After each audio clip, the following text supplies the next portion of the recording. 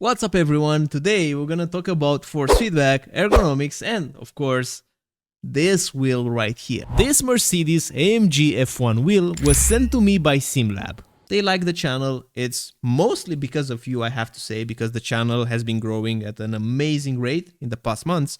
But they like my work, they like my channel, they wanted me to use this wheel. Everything that I'm gonna say here, it's completely my opinion. This is not a sponsor review. Now, it's not like switching wheels instantly transforms your driving, but in terms of force feedback, there's a big jump that I was not expecting. To give you some context, this is the wheel that I was using for the past almost 2 years. This is the GSI Formula Elite, and this is a great wheel, but holy moly, it's heavy. Like, I can barely hold it like this. And the Mercedes wheel is half the weight of the GSI. It's crazy. It's super crazy. And when I used it for the first time, the one thing I noticed in force feedback was that the force feedback felt faster.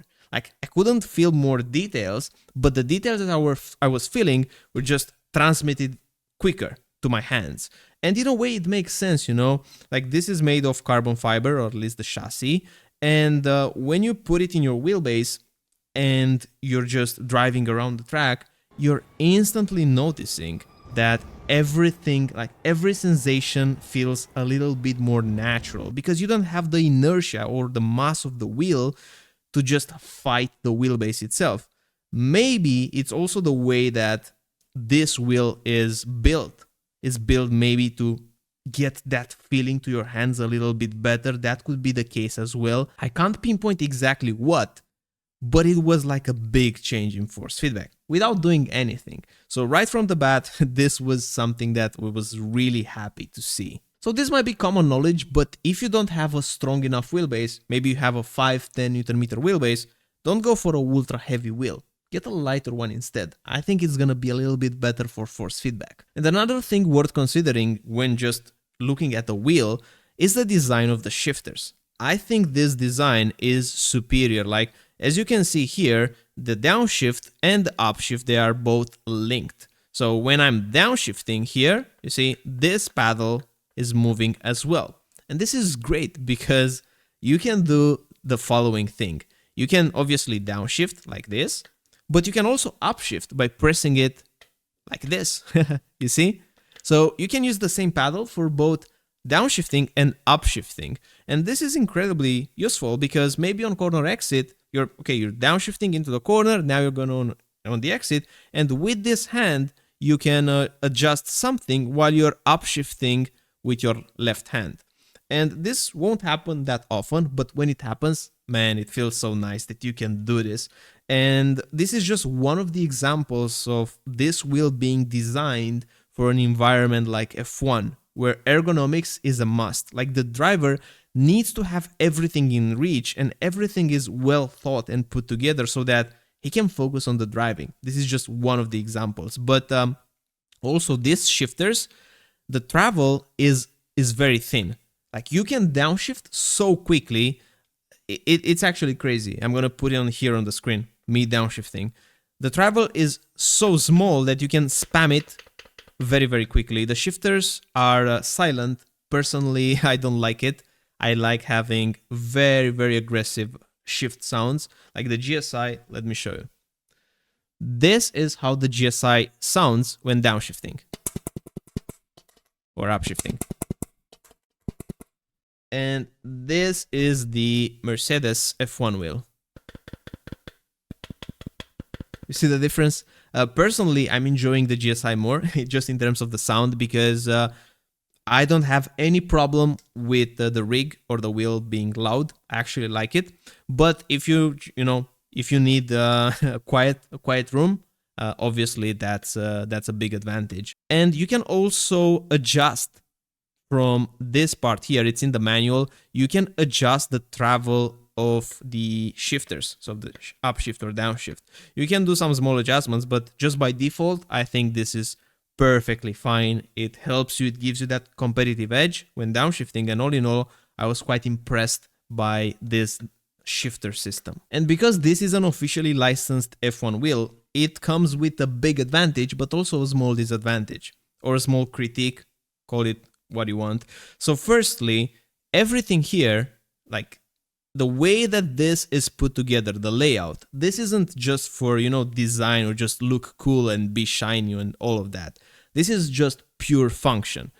It's put in a way that you can easily reach everything. Like the grip feels amazing. The way that you can get to the buttons, the thumb encoders, like you push through them and it doesn't feel like you skip one of the steps. Like it's a bit hard to press actually. The layout, everything is made for ergonomics. I love it. Like the way that this wheel feels when driving, it's incredible, honestly. I was surprised because I'm not coming off like a very cheap or, a very bad wheel. This, in my opinion, is an amazing wheel as well. But it just doesn't, it can't compete with this one in terms of ergonomics. It just can't. But it comes with a disadvantage, as I said. Like, the problem is that it misses that joystick. This one right here, which you can use to basically go up, down, left, right. You don't have this on the Mercedes wheel because it's like the official wheel. So you have to go around that by, just binding more buttons for doing actions that you would be doing with the joystick. I think the trade-off is fair because what you get is it's something that looks so real and feels so real when you're using, but in a way, I kind of miss that joystick in some ways because now you have to do the same thing in the menus, but it takes you a little bit more buttons to press. Speaking of buttons, you have a lot. I don't want to go through each of them because it will be quite boring. And if you're looking to get a wheel, I think just the ergonomics and the fit of these handles and the way that you reach the buttons is a little bit more important than the number of the button itself.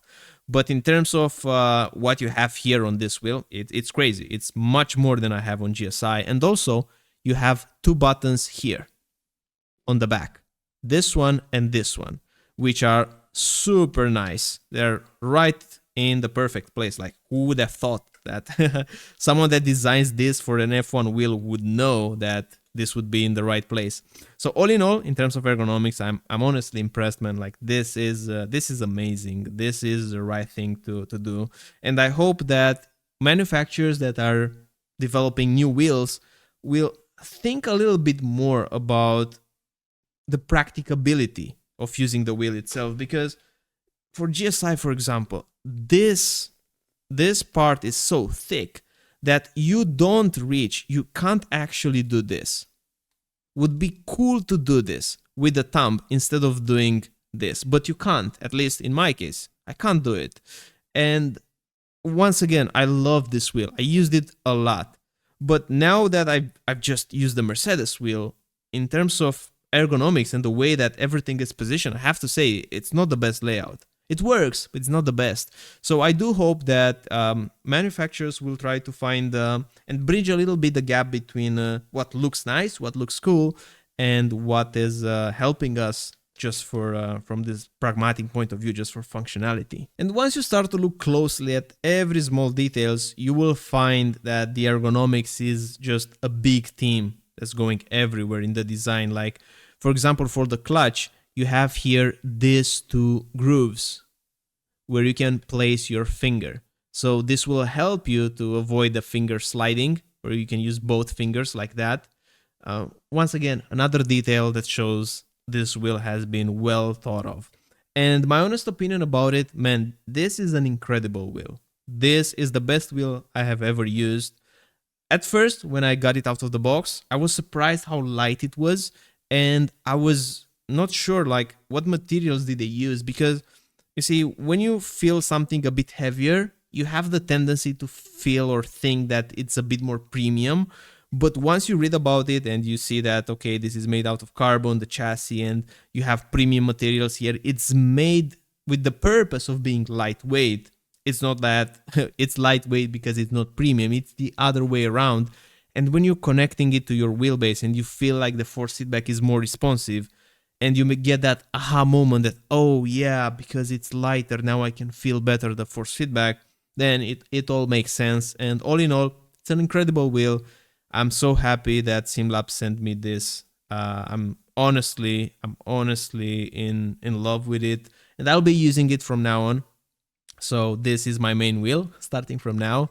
And I hope this video was helpful. I try to share a little things that you might want to consider when you're buying maybe another wheel. But if you want to buy a wheel from Sim-Lab or anything from Sim-Lab, I have a link in the video description. It's just a way to support the channel. I'm a big fan of Sim-Lab because the rig that I'm sitting here now, it was bought from my own money because I like them, and I have a lot of accessories from them. They're quite amazing, so seeing that they reach out to me, it was like almost a dream come true. And also driving with this wheel. So once again, I hope this was helpful. I hope you found some value in it. And if you want to see more videos, subscribe to the channel. Thanks for watching. Thanks for sticking around, and looking forward to see you in the next one. Bye bye.